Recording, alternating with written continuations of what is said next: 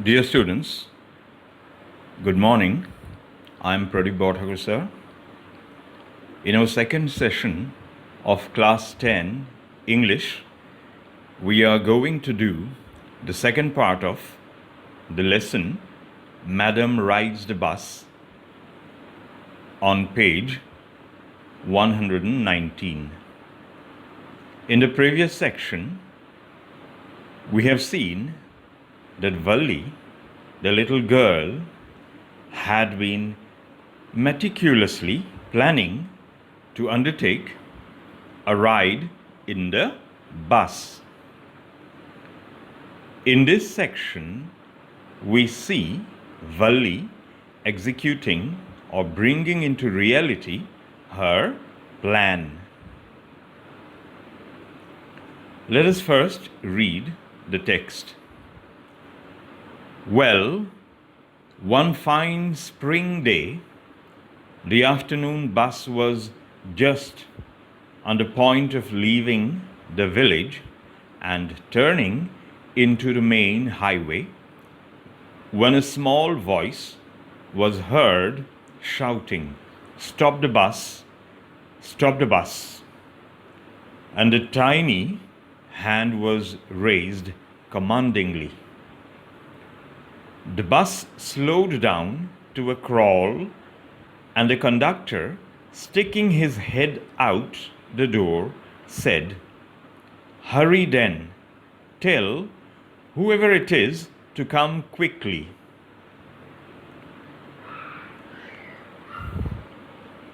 It was a beautiful day in the spring season. The afternoon bus was about to leave Valli's village and turn into the main highway. Just then, a small voice was heard shouting, asking for the bus to be stopped. Valli, a girl of 8, raised her tiny hand commandingly or in a bold manner, signaling for the bus to be stopped. Valli, a girl of 8, raised her tiny hand commandingly or in a bold manner, signaling for the bus to be stopped. She was fully confident of what she was doing, and her confidence got expressed in her voice and her body language. Valli's strong determination to achieve her purpose had made her come out boldly. On hearing Valli's voice, the bus slowed down to a crawl. It was still moving, but very slowly. The conductor could not understand that a small girl like Valli was herself the person who would board the bus. Therefore, sticking his head out of the bus door, he asked Valli to hurriedly tell the person, whoever it was, to come quickly and board the bus. Because it was Valli only who was there, and he thought that some grown-up person would come. Valli then shouted that it was she herself who has to get onto the bus. Now let us read the text further. By now, the bus had come to a stop, and the conductor said, "Oh, really? You don't say so." "Yes, I simply have to go to town," said Valli, still standing outside the bus. "And here's my money." She showed him some coins. Okay, but first you must get on the bus, said the conductor, and he stretched out a hand to help her up. Never mind, she said. I can get on by myself. You don't have to help me. The conductor was a jolly sort, fond of joking. Oh, please don't be angry with me, my fine madam, he said. Here, have a seat right up there in front. Everybody, move aside, please. Make way for madam. By that time, the bus had come to a complete halt. The conductor, on hearing that Valli was herself the passenger, could not believe his ears. He perhaps thought that a little girl was joking. He therefore said that Valli didn't actually mean what she had uttered. But Valli remarked that she actually meant what she had spoken, and she simply had to go to town. Still standing outside the bus, she showed the money to the conductor she had brought with her to pay the bus fare in order to clear the doubts of the conductor. The conductor accepted what Valli had said and told her that if she wanted to actually go, she must first get on the bus. Seeing her to be a small girl, the conductor stretched his hand to help her get in. But Valli, though a small girl, was self-confident.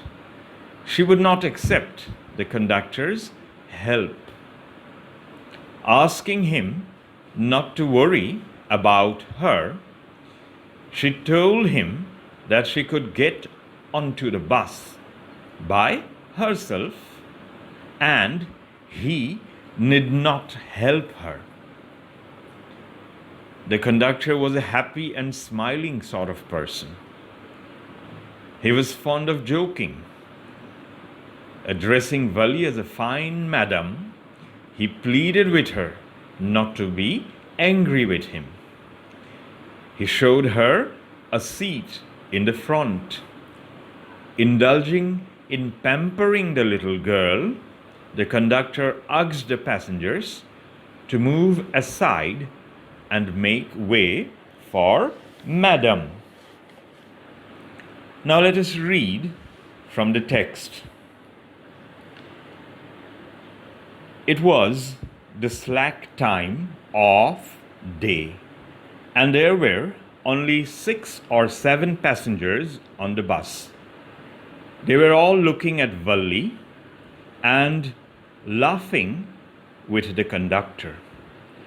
Valli was overcome with shyness.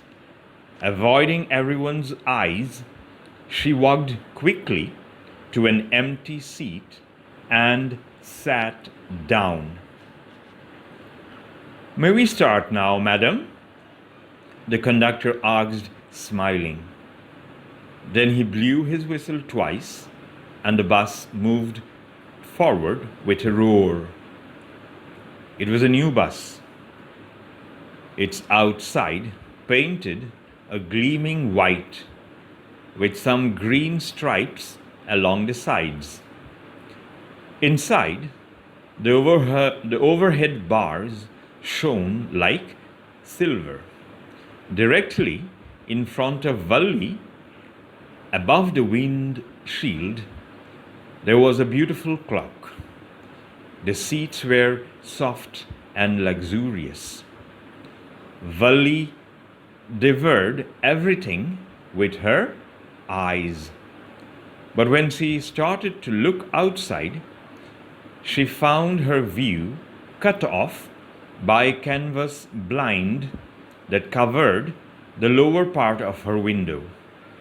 So she stood up on the seat and peered over the blind. That time of the day, when Valli got into the bus, was a time when there was little work for the conductor to do, as there were only 6 or 7 passengers in the bus. Therefore, Valli, because of her young age, was the center of attraction. All the passengers were looking at Valli and laughing with the conductor. Valli was overcome with shyness, or she felt nervous and timid in the company of those grown-up people.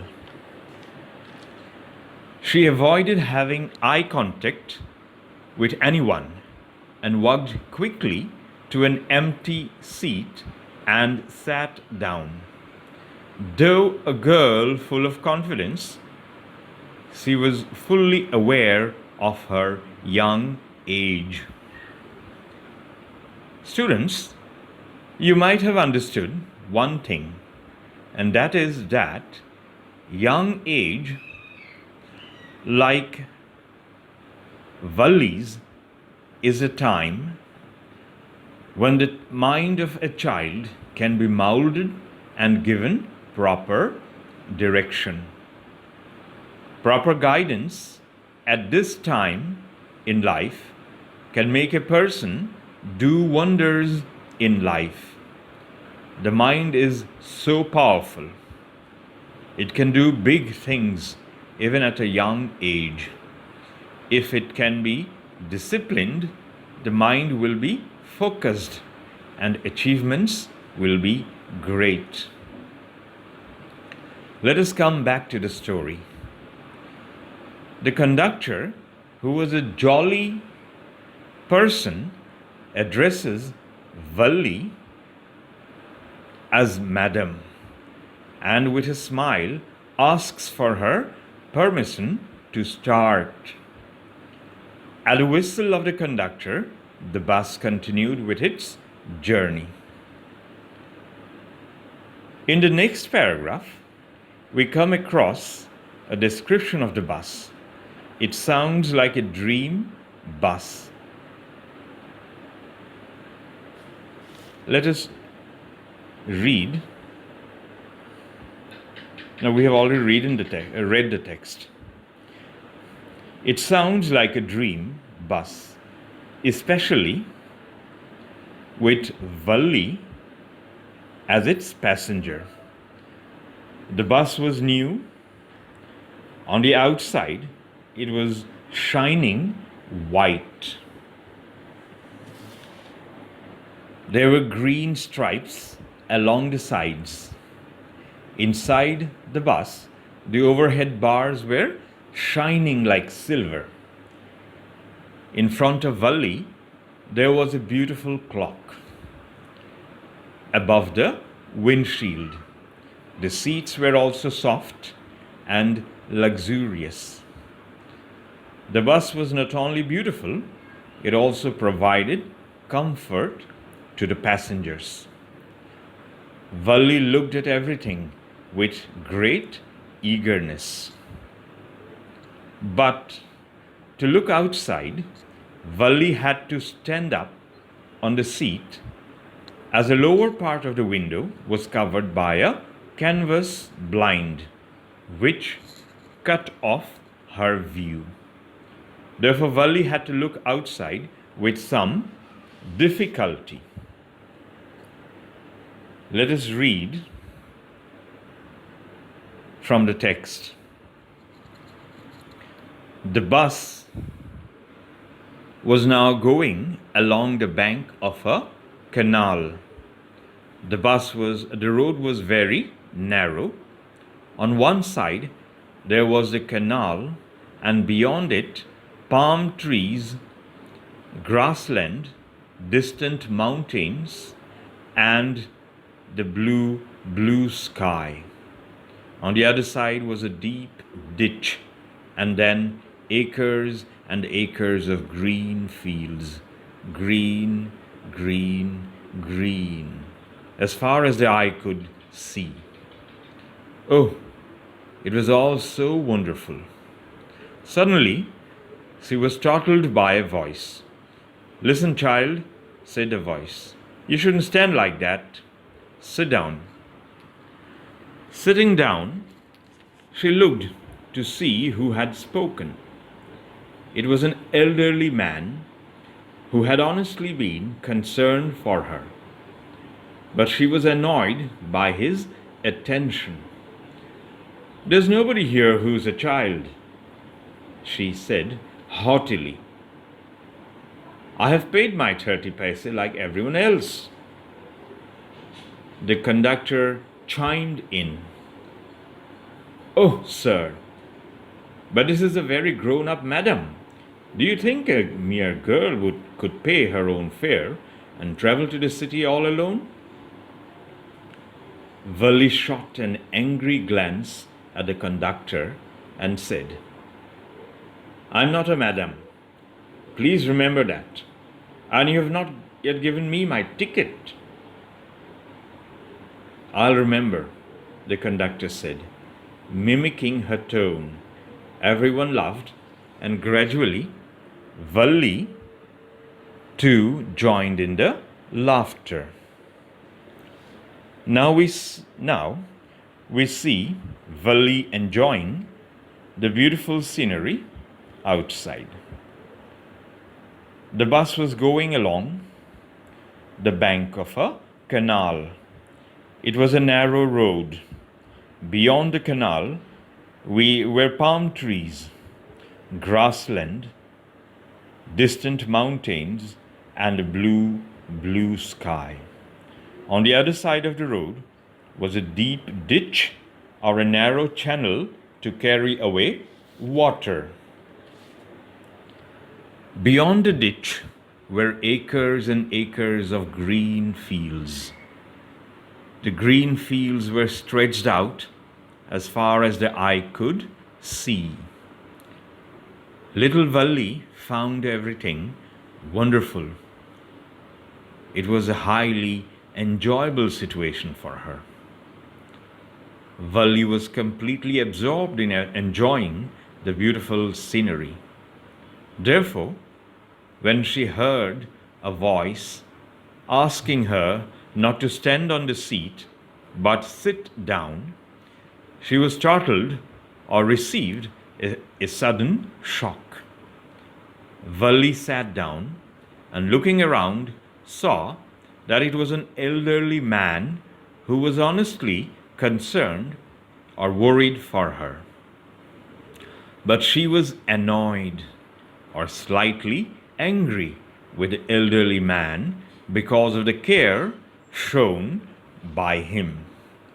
Perhaps Valli thought of herself as being mature enough, like any one of the passengers in the bus, to take care of herself. She was an extremely confident girl to undertake a bus ride on her own. Replying to the elderly man, Valli remarked that nobody in the bus was a child. Her reasoning was that, like any one of the passengers, she too had paid the 30 paise fare. She hated the idea of anyone thinking of her as a child. In her own estimation, she was a grown-up person.